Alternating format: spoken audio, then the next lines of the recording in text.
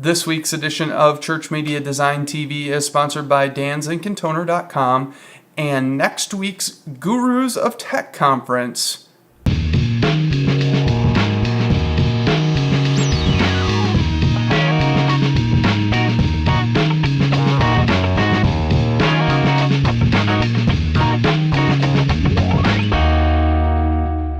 Well, welcome to another edition of Church Media Design TV, tips, tricks, and how-to for you, the church media designer.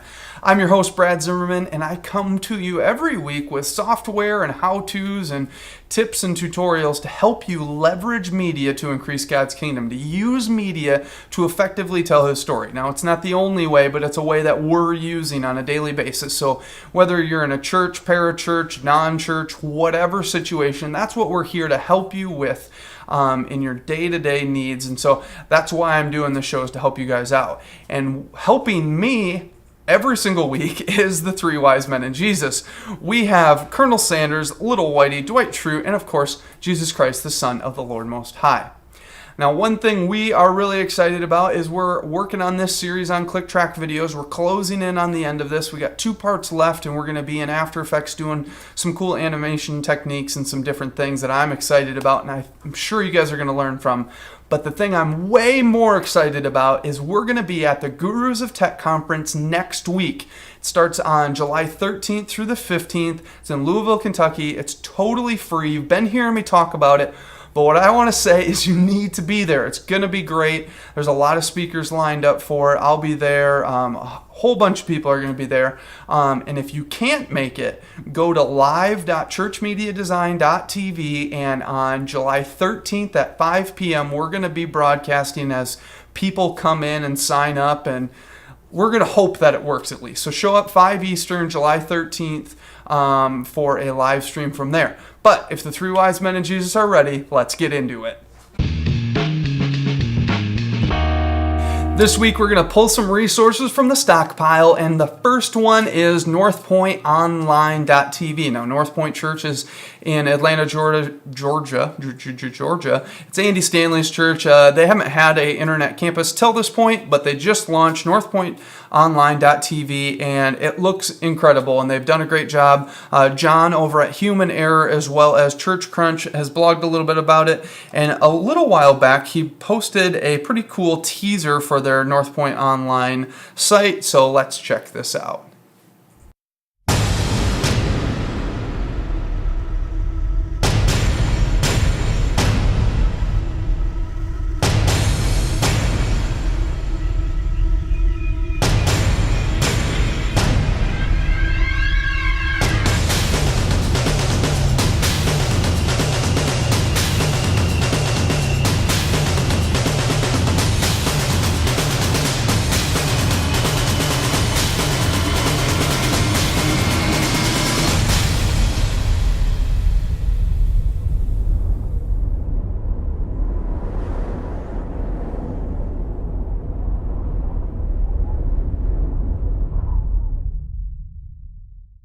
The other online church that you see all the time is LifeChurch.tv. We talk about it all the time, and they have their crazy digerati ninjas that are making all sorts of stuff, from iPhone applications to uversion.com to all sorts of crazy business. Well, they one-upped themselves in a huge way. They made a new chat tool called BabbleWith.me, Babble With Me, and it is a 45-language synchronized chat client. So you can chat in Japanese and English at the same time, and the person in Japan is only reading Japanese, and the person in America is only reading English.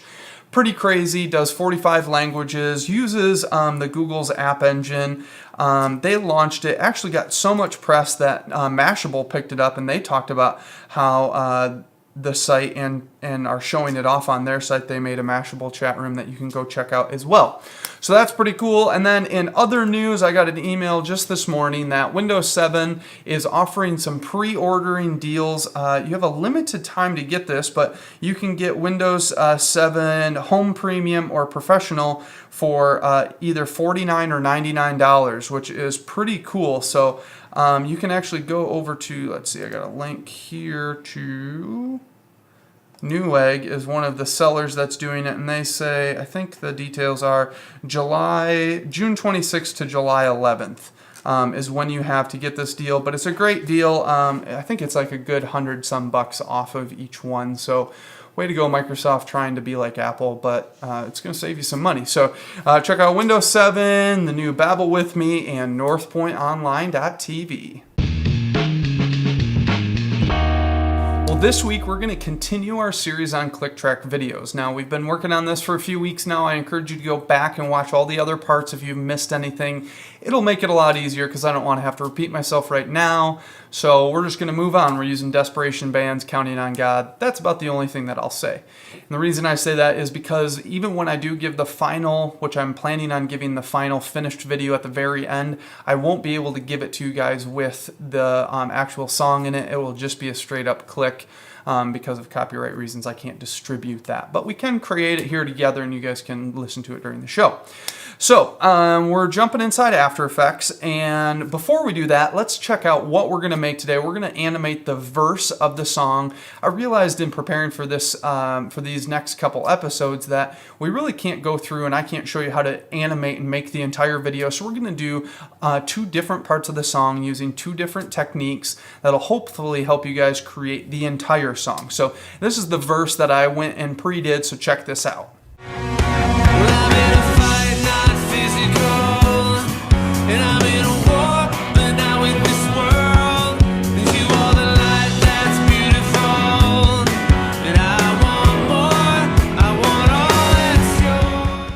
Okay, so that's what we're going to be making today. You saw some different things there. And one thing you maybe have recognized if you're out on the interwebs checking out tutorials and watching things like I am, you may have noticed the line animation. Now, I've been pretty intrigued by the idea of just doing these shape animations, and you've seen from like our Neon series that there's a lot of different lines doing weird stuff and that kind of thing. Well, one thing I want to encourage you guys to do is to learn from others. And so a little while back, Grayscale Gorilla, which is a great website, they talked about on there how to use simple masks and shapes to do an entire animation, and did some pre-composing and that kind of stuff. So I'm actually going to use some of his techniques mixed with some of mine. I would encourage you guys to check it out. I'll put a link on the website to this, but I'm going to use some of my techniques to make it end up the way that you saw it there a second ago. But hopefully we'll be able to use some of the work that he already did, so we don't have to think more than we need to, but we'll make something very unique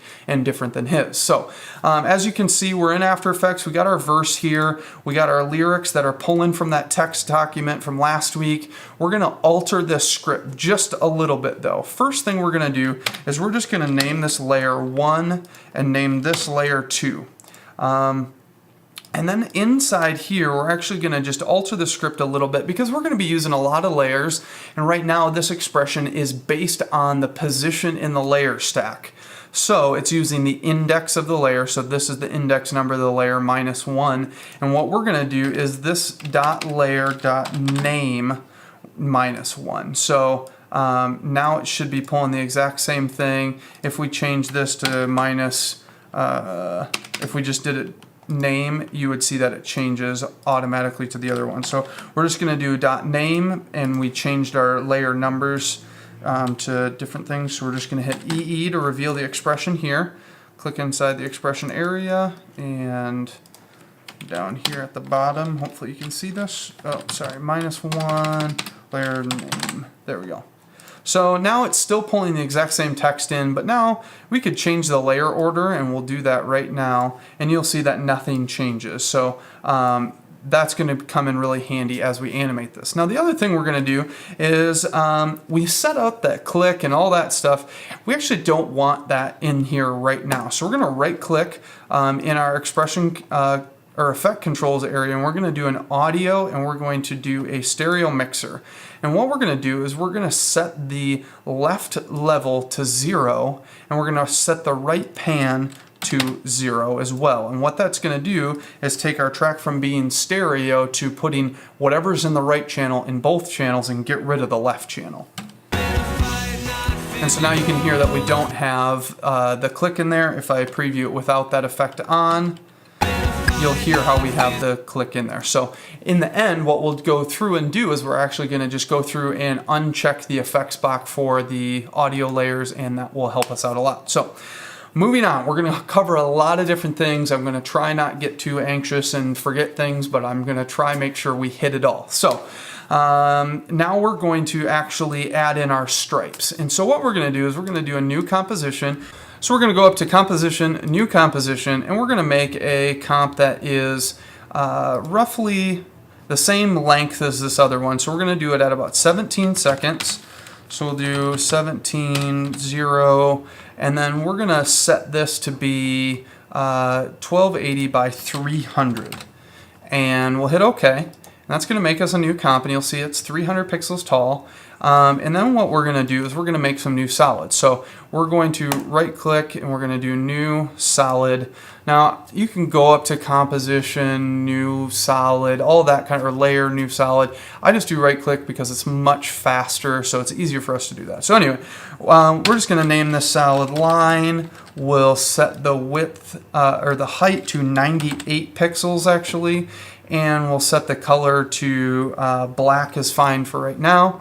And we're going to toggle the transparency switch here just so we can see. And what we're going to do is we'll zoom in here and we're going to drag this guy so he's right on the edge at the bottom here. So just knock it down a couple pixels, and there we go. So now we're going to duplicate this line, and we're going to move this up to the very top. And get that lined up. I like being precise on this stuff, as you may have noticed. And then we're going to move this one into the middle so that we have 3 separate lines. Now, what we're going to do is we're going to make a new mask, and we're going to do Control-Shift-N, and that makes a new mask. You can also just go grab the mask tool when you have a layer selected. Then we're going to double click on that mask, and it's going to give us the free transform properties. And we're going to hit M to reveal our mask properties and lay down a mask keyframe. Then we're going to go down to about, let's do 20 frames, and we'll scale this guy all the way down. Now, as you can see, it animates, but it animates the wrong way. So we're just going to flop those keyframes real quick. So we have a 20-second animation of this animating out. We want to make this a little bit more dynamic, a little bit cooler looking. So we're going to right click on these keyframes. We're going to do Keyframe Assistant and do Easy Ease. Now we're going to click on this Curves Editor button, and basically all this is the curve of the speed. And so what we want to do is we actually want to drag this guy down, or actually drag this guy up a little bit so it shoots out pretty fast. And we want to just bring this curve over like this, so it's going to shoot out pretty fast, and then so you can see how it kind of goes real quick at the beginning. If we do N on our keyboard, that'll set our work area bracket, and then I'm going to do Shift-0, and that will show us the animation. Now, we can mess with this curve a little bit more, but for now, it looks okay. I think I'll just mess with it just a little bit more. We'll actually bring this guy back down. See what this looks like. Yeah, so it shoots out really fast and then slows down at the end. And we'll make this a little bit longer, maybe 1 second long. So we have, maybe we could even go to 1 second and 10 frames, and we can mess with our curve just a little bit more. There we go. So now if we preview this again, Shift-0 does every other frame. You can see that it like goes out fast and then gradually finishes off. So now what we can do is we can just select these keyframes, do Control-C, and then we're going to paste these to our other layers, and you can see they automatically line up and animate out for us. They did, however, animate, if we hit U, they put the keyframes a little bit further down, so we're just going to drag these guys back and do this every other, so that it just kind of one at a time they roll out, and we just need to put it in the right order.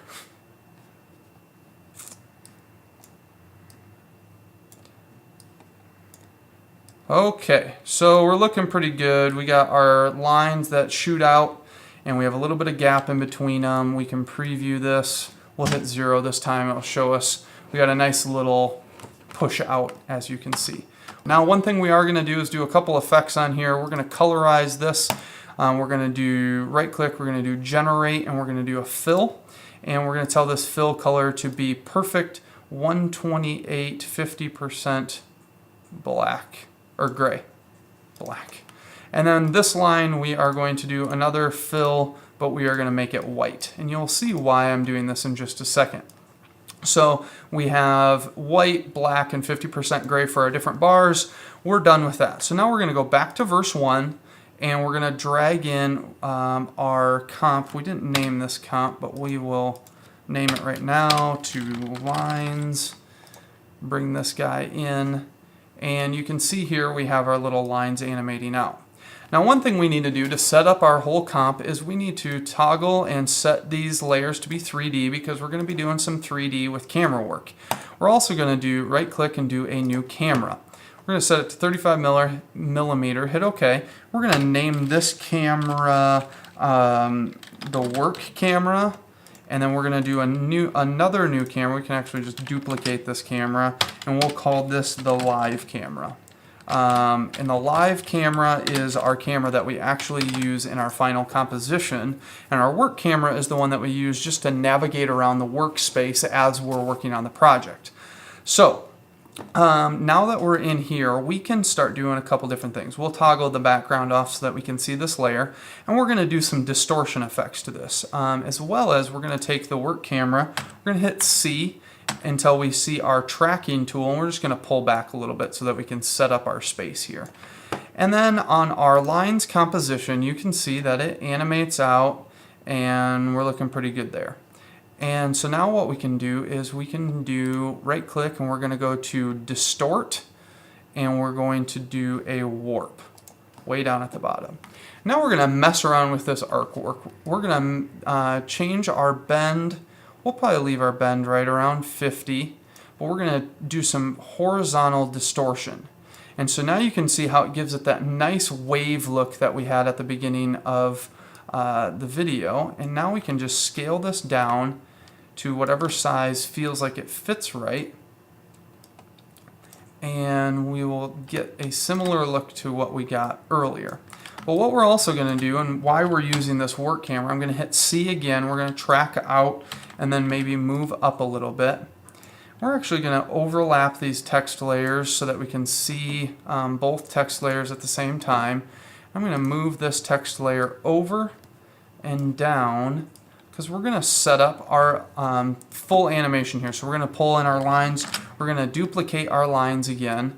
We'll pull this one down a little bit, and now we're going to mess with our horizontal distortion. We're actually going to do negative 100%, and then we're going to do a bend of negative 50. Okay, and so now we have a bend that mirrors the other side. So now we can take our camera tool, C again, and we're going to zoom back in, and we're going to get these two guys lined up here. So this is just getting some stuff set up.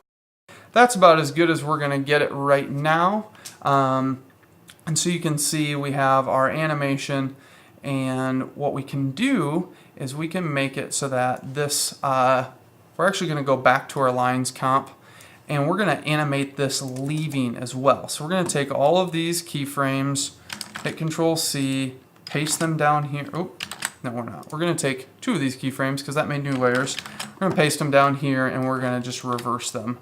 And we'll move them to the end of the timeline and hit Control C, Control V, U. You have to select the mask that you want to be on to paste it to. So we're going to select that mask, paste. Okay, so now we're looking in good shape here. So we'll move these keyframes back and move these ones forward so that we have our lines leaving the same way they came in. So black's going to leave first, and then gray, and then white. But you can see we have a problem. It goes back the same direction. What we want to do is we want to go the opposite way. So we're going to just take this and move it all the way down here to the end of the composition. And we'll do the same on this guy. So we'll take And I'm just doing shift right arrow to move this all the way down and out of the way. And then what that will give us is give us a nice animation off screen the direction that it was heading. So now we have it pull off. So now when we go back to the verse, it's automatically altered that in any compositions that were currently in there. So you can see here that this one is animating on and then it animates off here at the very end. So what we can do is do a little time remapping, because we already laid down markers on here telling us when the words start and when the second half of the verse starts. And so we want to do a little animation in between here. So we can see right there is the end of world. I'm going to actually lay down another marker so that I know that that's my in-between animation time. And I'm going to do a Control-Alt-T, which is time remapping.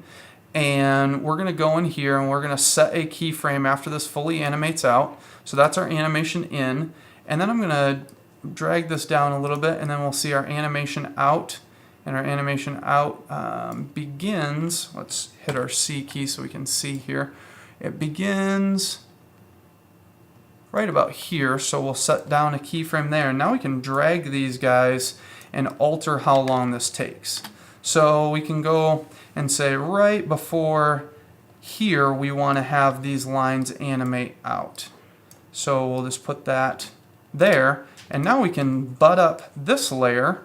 And you'll see how this works. What we're going to make it look like is that as soon as the black hits there, it's going to start animating out. So it looks like they're interconnected. What I'm actually going to do to make this easier is I'm going to just duplicate this, move this down until it finds our point. I'm going to fix our warp real quick. Just going to add a couple negatives to it and reline it up just because it'll be easier than redoing my time remapping. So we'll bring this guy over, line this up. Sometimes you got to do work twice. Okay, so now you can see we got that there. So now we just need to line up our points of when we want them to take over. That's a little too soon. We want it to be as far back as possible. So maybe right about there. And maybe we want to move this over just a little bit further. And this over. So now you can see we have our nice animation, and if we do B and N on our keyboard, that'll set the beginning and the end of our work area bracket. If we hit Shift 0, we'll preview that real quick, and you'll hear how that alters, does the transition between the first and second line of the verse. And then it slides over easily, and the camera can follow along with the lines. So that's what we got going on. So now that's in place, we can add in our background and do some coloring. So what we're going to do is we're going to do a new solid, and we're going to make this solid the comp size, and black is fine for the color. We're actually going to use a fill effect again to change the color on it. Now, I like using the fill effect because it's easier than having to go up to layer, solid settings, find the color. This just works out a little better for us. So we're going to find ourselves like a deep dark brown, and then we're going to duplicate this layer, and we're going to do another one that's a little bit lighter brown, maybe a little bit more of a gray toned brown. Okay.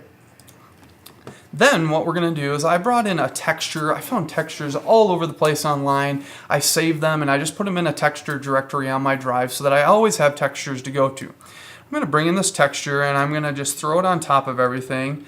And we're going to do a couple different things to this. This is actually going to end up being kind of a cool effect, and I'm excited to share this one with you guys because I use it a lot and it really makes things look nice. So I'm just rotating this around, getting this sized up the way that I want it. I'll probably end up making it bigger later, but what we're going to do is we're going to right click and we're going to do color correction, and we're going to do a tint. That basically just turns it into black and white, and then we're also going to do a color correction of levels. Now, what we're going to do here is, and we'll let you see this a little easier, is we're going to set our toggles and switches here, we're going to set a track matte of a Luma matte for the layer above. So it's going to use the luminance values of that texture layer to set the transparency of the layer below it. So what we can do is we can mess with the levels on here, and you can see how things are getting darker or more transparent as I just mess around with the levels on here. And what that's going to do is hopefully give us kind of a cool look that you can see. We got a little bit of textured background going on with the light and dark brown. And again, if we want to change this and make this a little bit lighter of a brown, we can go in there and just do that. And now you can see how we got a little bit showing through of that background color, but we have our nice light brown textured layer. Now we need to color correct our lines layer. Now the reason I made this white, gray, and black is because of the effect we're going to use. So we're going to go to color correction, we're going to use CC Toner. What CC Toner does is it has a highlights, midtones, and shadows. Wow, crazy enough. So what this does is we can remap the highlights, midtones, and shadows. So I'm going to go in here and I'm going to find kind of a orangish color. That's going to be our bright orange. Then we're going to set a kind of a gray orange or a darker orange red. And then we're going to do our darkest orange red here. And you could do it in any order. I mean, I could make that white if I wanted to. You don't have to follow the tones quite so much. And these might be a little bit different than what I used in the original, but you'll get the point here. We'll maybe brighten these up just a little bit. Now again, I'm going to try stay away from getting too design oriented on this and show you some more of the techniques, because I could spend way too much time picking out colors and all that stuff. Now the cool thing, we're just going to Control C and Control V and paste this to our other one, and you can see the colors are all off because, well, it's annoyingly stupid. So we'll just pull these so they're all, we'll grab this and we'll set bam, bam, and bam. Okay, so now our colors are all the same, and you can see how they're going across the screen nicely. So now the next thing we need to do, as you saw in the original, we kind of had these lines looking like they were a little bit they had a little bit of texture to them, as well as our text had texture to it. So what we actually need to do is pre-compose these line layers. So we're going to pre-compose these guys. So we're going to go to Layer, Pre-Compose, and we're going to leave all attributes, and we'll call this Lines Textured, or Text. We'll leave it textured. Okay, so now it has all the same effects, but if we go and Alt double click on Lines Textured, you'll see we have our lines composition, and we can bring in our texture, and we'll do the same thing we did earlier, where we're going to make it a track matte for this, and we're going to actually use a so we're going to go in here, we're going to do Luma matte for this layer, and then we're going to apply color correction of tint and color correction of levels, and then we'll just mess with this until we get like what we think looks nice, so we have a little bit of, you know, variance in it. And if we go back to our verse 1, you'll see that we got some stuff showing through and it looks a little more textured. Now we can mess around with this lines textured one and maybe make a little bit more see-through, so it's got kind of a cooler effect to it. And so it looks a little bit more dirty and rustic, which is kind of our goal. So what I'm going to do again is just delete this guy, unfortunately, duplicate him, and mess around with the warp and the positioning. I should have figured this one out earlier, but whatever. You guys are getting an understanding for how we're doing it here, so I just didn't want to have to pre-compose that one twice because we're applying basically all the same effects to it. So we'll just line this up. We're getting good at lining this up. And there we go. Okay, so now we can look for our place where the transition happens. Maybe right about there. Bam. Cool. So now we have our textured lines animating across the screen. So now we just need to do our text, and so I'm going to grab this text layer. We're going to move this guy up and over just a little bit. And this one's looking like it's in a pretty good spot. And we're going to do the same thing. So I'm actually going to go here. I'm going to duplicate this layer, hitting Control D, move it above my text layer 1, and I'm going to select a Luma matte. And you can see it's already texturing that out. But it's a little bit too much, and this is a little big for that text. So we're just going to scale this down and move it over top. And you can see that we're starting to get the look that we want. And it's got a little bit of texture in there, not too much, but not too little. As well as we're gonna grab our text layer and we'll set this to a nice like creamy brown color so that it's not quite so white with everything else. And now we'll just rinse and repeat. We'll do this again for the other layer. So we'll just set this here. We'll do a Luma matte. We'll move this Luma matte over top of it, scale it any way we need, kind of figure out where it looks best. Okay, so as you can see, we have our text is now got its distortion on it, our lines have their distortion on it. Now we just need to do a few last things before we actually animate our camera. And the first thing that we're going to do is actually animate our text coming on and off the screen using the levels effect. Now this is a really cool technique that I think you guys will enjoy. We are going to go here to right before, so that's right when that starts. We're going to just pull this back a little bit so that we have a few frames here. A lot of times I do Control Shift and then the arrow key, and that will send you 10 frames. 10 frames is a pretty good animation length. So we'll do, and then you can actually just do Control and maybe do 5 more, which is where we actually ended up. And we're going to go to our texture for this layer. Now you can't see it, it turns the eyeball switch off, but you can still animate it. We're going to set down a histogram keyframe, and then we're going to go to right when our text starts. And we're going to animate this, so we're going to hit U. We're going to set another keyframe, go back to the beginning, and we're going to animate this text fading out. And we're going to do it by using the histogram here. Basically what we're going to do is crunch up these values so it looks like it's like crackling onto the screen. So now if we go and set our work area and do a quick RAM preview, we'll set this down to like half quality. You can see how it kind of uses a cool effect there to bring that onto the screen. So now we're going to do that for this one as well. So we'll go over here and we'll set a histogram keyframe for this layer, and we'll go back, Shift right arrow, or Control Shift left, and then we're going to do Control 1, 2, 3, 4, 5. That'll give us 15 frames. And we're going to go in here, and I'm just messing around with this until it gives me the effect that I want. And you can see that if we watch this, we will get this text animating on just the same. Cool. So now we have our text animating on and off. We have our lines animating in and out from side to side. Now we just need to do our camera. So we're going to shut off our work camera and we're going to turn on our live camera. So our live camera is zoomed in a whole lot more. Let's make sure we're seeing the entire frame here.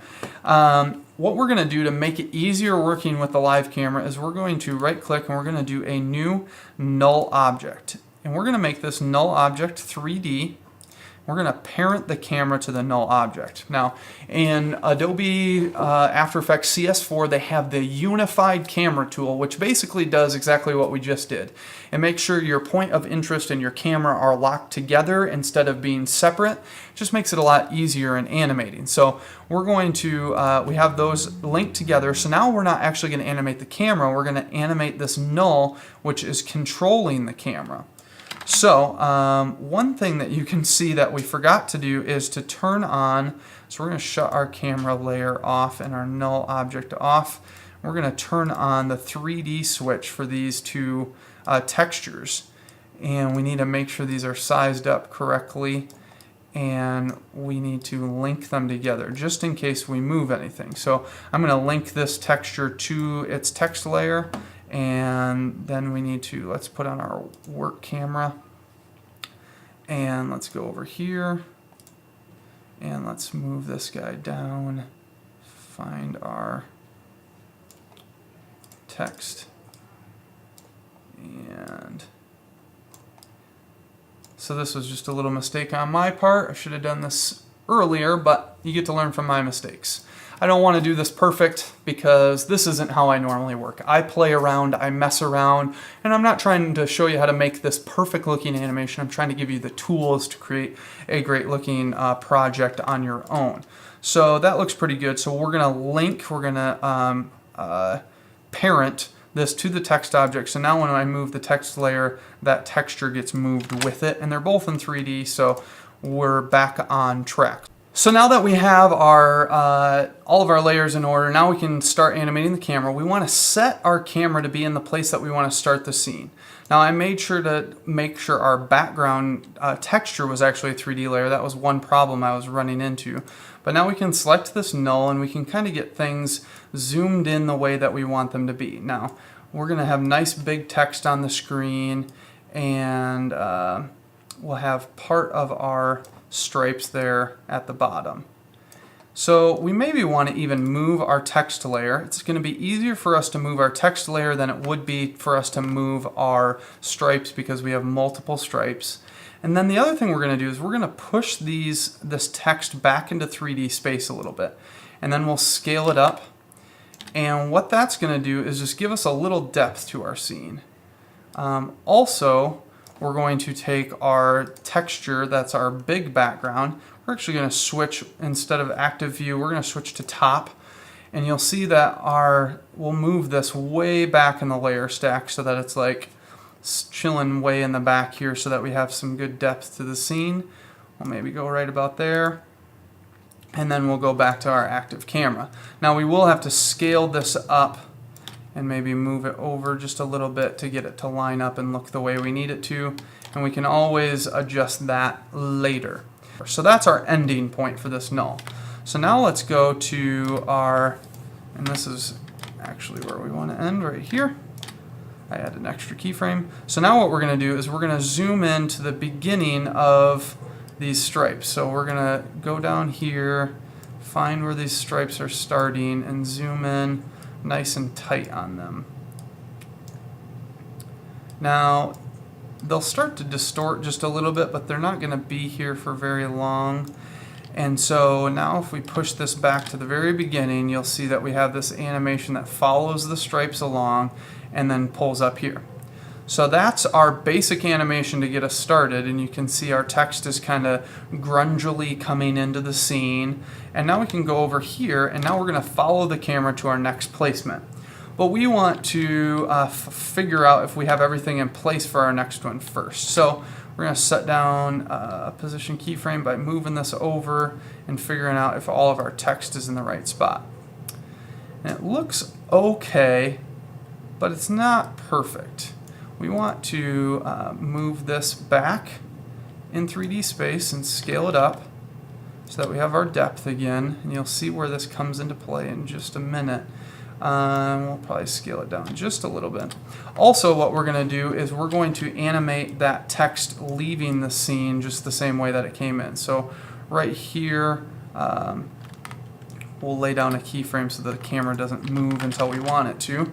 But right about here when we leave, we want to animate that text animating off. So we're going to go in here, we'll select these two keyframes, which are our levels keyframes, and then we'll just reverse them around by switching them in place. And you'll see that as we move, they kind of fade off into the distance. And then this one fades on so that we don't have any overlap. So now we can take our camera, let's move it down so we see a little bit more of the stripes in the scene. Maybe move it over this way just a little bit so that we have a little cooler looking of a scene. And then we can maybe move our text layer over if I can select it. If you can't select it, just go find it in your layer stack. And that's looking pretty okay. We'll maybe move over just a hair. Okay. And then we'll move our text over just a little bit. And there you go. So now we have our transition, and we can watch that transition and see how it looks. We kind of want the camera to dip down and see those stripes fading over a little bit more. And so what we're going to do is we're going to grab our keyframe here, and we're going to grab our pen tool. And if I hold Alt, you'll see that it allows me to break these handles. And so I'm going to break and just kind of curve this down a little bit. Maybe curve this guy, and we'll see how this looks. So it gives us kind of a cool effect. So we got that, and then we go over here. And so let's just check out our transition to make sure that looks good.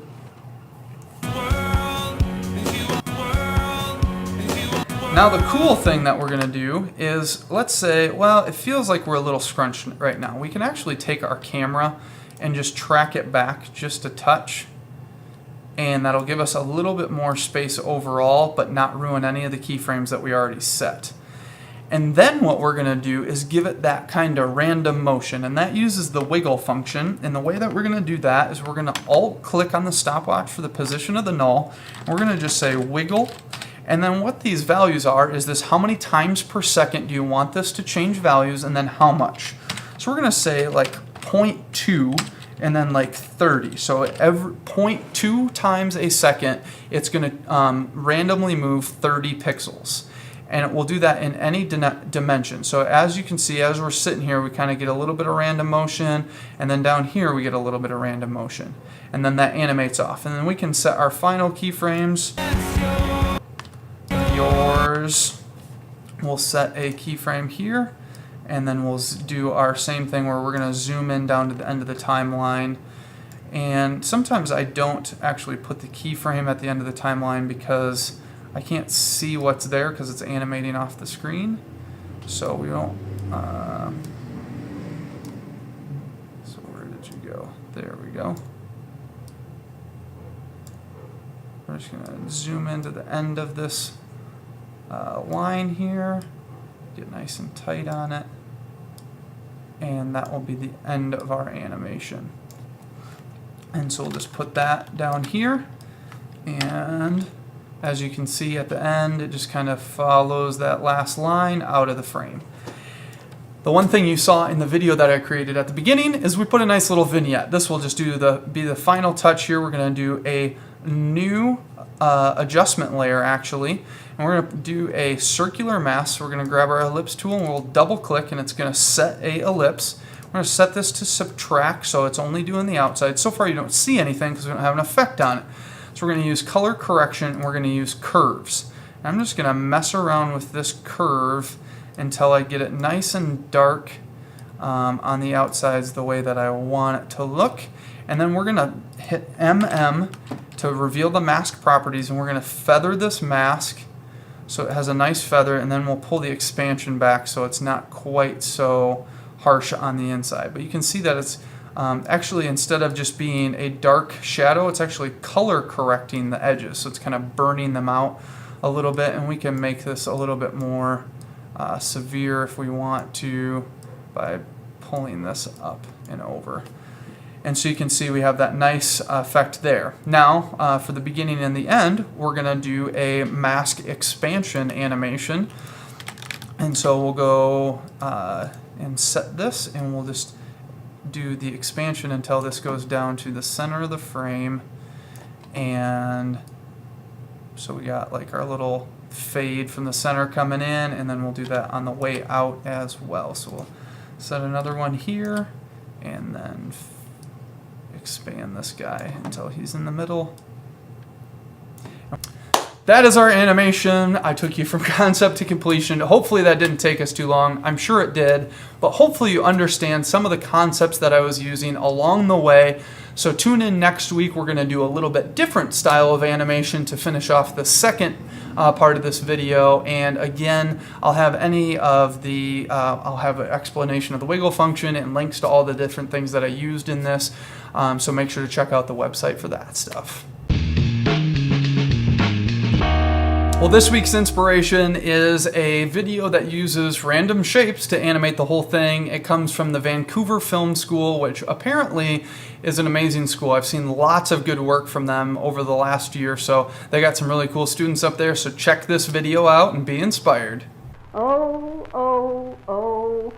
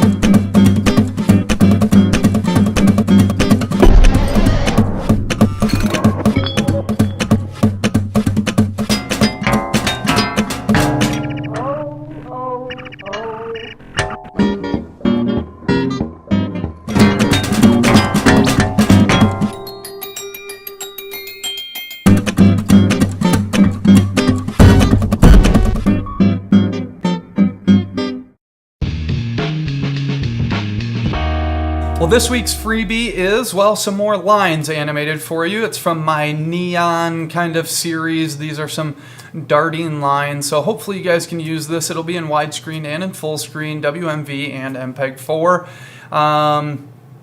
HD, yeah, widescreen HD. Yeah, so I told you all the different formats. It's up on the website. Download it today, add it to your arsenal. I try to make these so that you can use text with them really easily. So if you don't want to go through the hassle of animating all of that stuff, but you want to do a click track video, just use a bunch of my backgrounds and fade them in and out and do it all ahead of time with your own text. It can work, it'd be pretty cool. So go download the free background today. We'd like to take a second and say thank you to our sponsors, and the first sponsor is dan'sInkandToner.com. Now, you can get wholesale ink and toner at cost basically next day. It's a great deal. You're going to save a lot of money, not wasting it on ink when you can spend your money elsewhere, like travel arrangements for something that we'll be talking about next. But you can go over to Dan's Ink and Toner, sign up for the store, or give them a call. Dan will hook you up with the wholesale program for free, a risk-free trial for 3 months if you use the promo code of ChurchMediaDesign.tv, or just tell him Brad Zimmerman sent you, and he'll know what to do. Also, they have leasing programs and a whole lot more.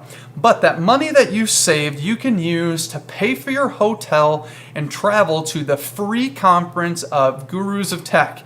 Now, this is in Louisville, Kentucky, next week, July 13th through the 15th, and I want to see every one of you there. Like, seriously, like, it's free. Why would you not go? You got nothing better to do. It's at the beginning of the week. You'll be fine. Don't worry about it. It'll be great. So, Gurus of Tech next week. Go to the website, sign up, let them know you're coming. If you get last minute travel arrangements and you can't sign up, show up anyway, because it's going to be a great time. So check out gurusoftech.com and dan'sInkandToner.com. Well, thanks for tuning in to another episode of Church Media Design TV. Now, I know this is a lot longer episode, and we try to not keep them this long normally, but sometimes there's no way around it. So hopefully you guys learned a lot in After Effects. Next week we're going to be covering another animation technique, but I'm not going to be going through as much of the design stuff. I'm going to show you more of the technique, because all the design related of grunging up things you can use from this week's episode. So make sure to tune in next week. I'll show you a little bit different way to do some cool animation of this click track video that we've been making over these weeks. So if you haven't watched them all, go back, check out the other episodes, and make sure to go to Gurus of Tech next week in Louisville. It's going to be a great time. Head over to live.churchmediadesign.tv on Monday at 5 p.m. Eastern. We'll be doing a live broadcast from the block at Southeast Christian Church. So that'll be really cool. I'll be there. Adam's going to be there. The bobbleheads will be there. Maybe the desk will be there. Probably not the desk, but we'll be there. So that's all that really matters. It'll be a great time. So hopefully I'll see you guys there. Make sure to sign up for the newsletter. Hit me up on twitter.com/CMDTV, AdamCMDTV, Brad at ChurchMediaDesign.tv, Facebook.com/Brad.Zimmerman, Bradley.Zimmerman, and GurusOfTech.com. Bye.